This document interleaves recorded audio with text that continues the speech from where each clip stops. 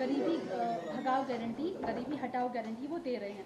PM Modi कह रहे इतिहास में सबसे बड़ा धोखा यही है। देखिए, सबसे बड़ा धोखा ये इसलिए है कि गरीबी हटाओ गरीबी भगाओ ये सब नारे मात्र रह गए जब तक कांग्रेस की सरकार देश में थी या प्रदेश में थी।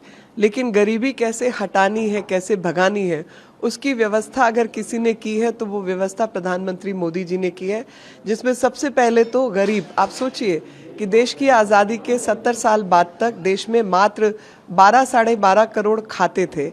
उन खातों की को मात्र 4 महीने के अंदर 53 करोड़ खाते खोलकर देश की सारी जनता को और सारे परिवारों को बैंकिंग व्यवस्था से जोड़ने का काम प्रधानमंत्री मोदी जी ने किया।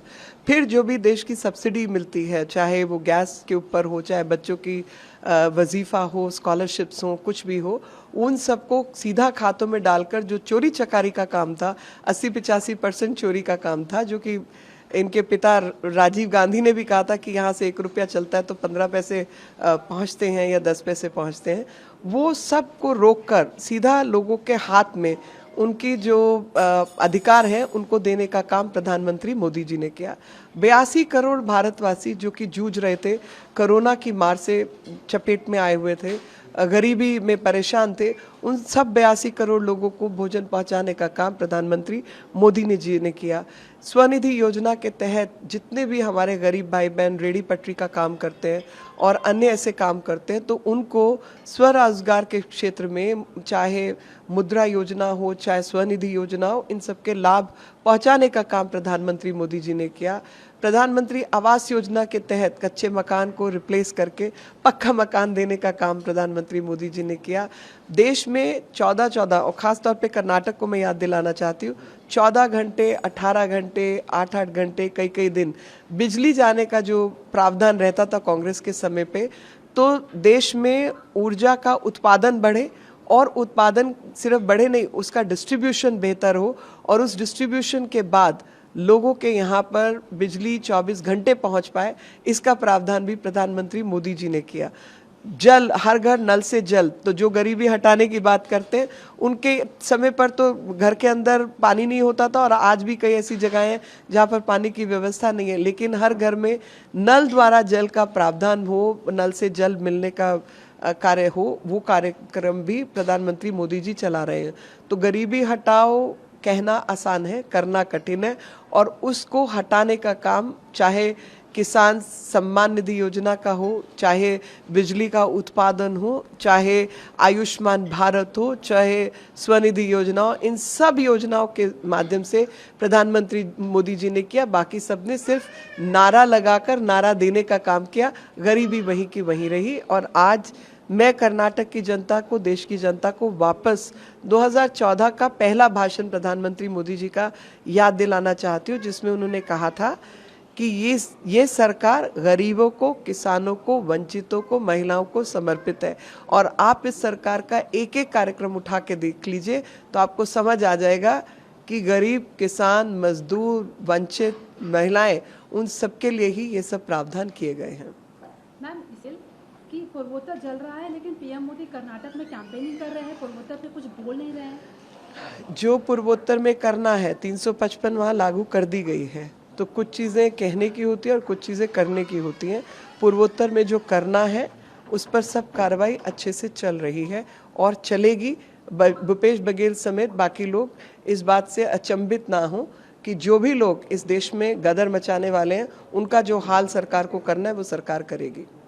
दिल्ली है मैम, छत्तीसगढ़ में भी शराब घोटाले को लेकर 200 करोड़ का स्कैम सामने आ रहा है। सुकेश चंद्रशेखर ने बोला कि अरविंद केजरीवाल के घर के लिए भी उन्होंने डेकोरेशन के लिए पैसे दिए। अभी तो बहुत चीज़ें सामने आएंगी, ये तो स्कैम सरकार ही थी, ये तो घोटाला ही सरकार है, क्योंकि आप जिस चीज़ में हाथ लगाओ वहाँ पे घोटाला नज़र आ रहा है। चाहे मोहल्ला क्लिनिक हो, चाहे दुकानों का हो, चाहे स्कूल बनाने का हो, चाहे सड़कों का हो, पीडब्ल्यूडी मंत्री हो, हर जगह पे घोटाला है। तो ये तो सरकार घोटाले की सरकार है और लगातार जैसे जैसे इन्वेस्टिगेशन का दायरा बढ़ेगा तो बहुत सारी चीज़ें सामने आएंगी। और सबको याद रखना है इस बात को कि ये जो भी अनियमितताएं हैं वो मात्र अनियमितताएं नहीं है, वो एक कैरेक्टर फॉल्ट है। जिसको कहा जाता है कि बुद्धि का विनाश तरीके से हुआ है, क्योंकि एक तरफ ये अपने आप को बहुत बुद्धिमान मानते हैं, तो बुद्धि विकास हुआ क्यों है यदि नाश हुआ है चेतन का?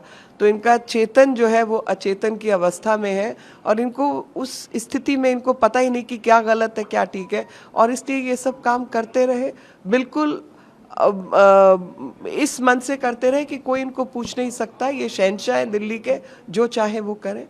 आखिरी सवाल, गांधी की गारंटी कौन लेगा? हिमंता बिस्वा ने बोला था। इस पे पलटवार करते हुए कांग्रेस कह रही है एक ऐसा नेता जो खुद पहले कांग्रेस पार्टी में था, लालची था और अब बीजेपी में शामिल हो चुका है और ऐसी बातें कर रहा है।